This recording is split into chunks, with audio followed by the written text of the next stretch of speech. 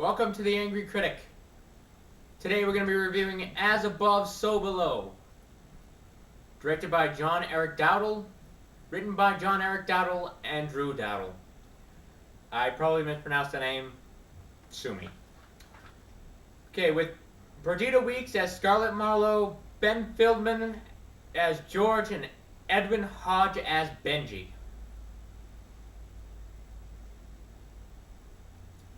So, when I was watching this movie, I thought the acting and the script was good, at least.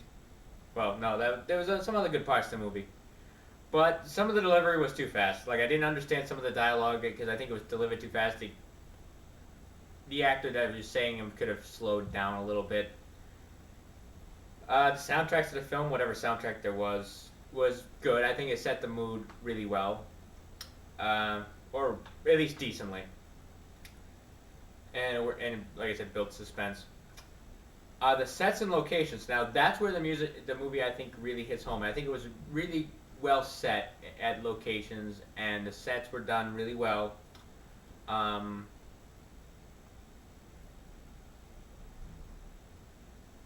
enjoy the adventure to the story, the adventure as well as the lore behind the story, but it left me wanting more. And the ending I thought it was a tad weak. I thought it was a little rushed towards the end, and so it was wrapped up a little too fast. But also when Scarlet ended up figuring it out, how to get out, I thought I didn't really figure out how she found that out. It seems to me like she just pulled it out of her ass.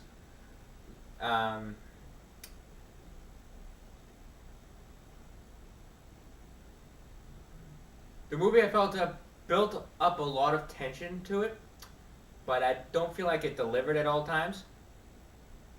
In fact, it didn't deliver most of the time. I figured when it did deliver, I felt it was kind of not very scary. So and it also built up a lot of extra tension to scenes that had no reason to.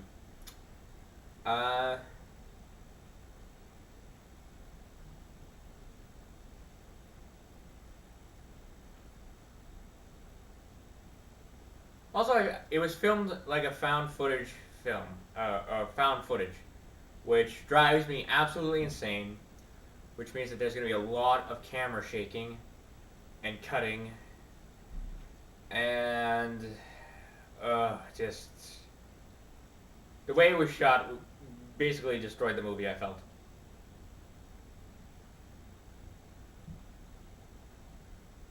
And the reason why they probably film it in found footage is probably to increase the drama level of it. But it didn't really increase the drama level, but towards the end I just found it annoying. It cut out so many times, and it was just shaking so much. You could never get a clear picture. And it was just annoying towards the end. I mean, nothing against, I have a lot against the found footage films, but if you're going to film like that, don't make it so over the top with the camera shake and the cutting, so that way the audience can at least get a clear picture of what's going on.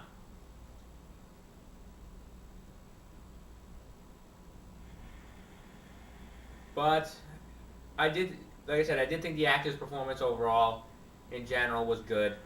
And I did like the script. I thought the script was done well. I did like a lot of parts of the movie. I just felt like the found footage and the few plot holes that were there and a few of the other issues that I mentioned really kind of destroyed the film. They could have done a little bit more with the film, I feel. So, like, the movie is watchable. It may be worth a watch once. And it does keep you entertained. I did enjoy the movie. I did watch it. I enjoyed it. It did keep me entertained I think it runs an hour and a half, around an hour and a half.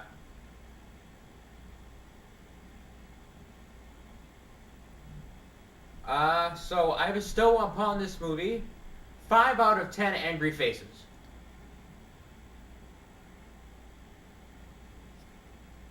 It is currently a 6.1 out of 10 on IMDb and 33% on Rotten Tomatoes. So I think I'm right around the middle on there. And that's all for this time, ladies and gentlemen. Hope to see you next time on The Angry Critic.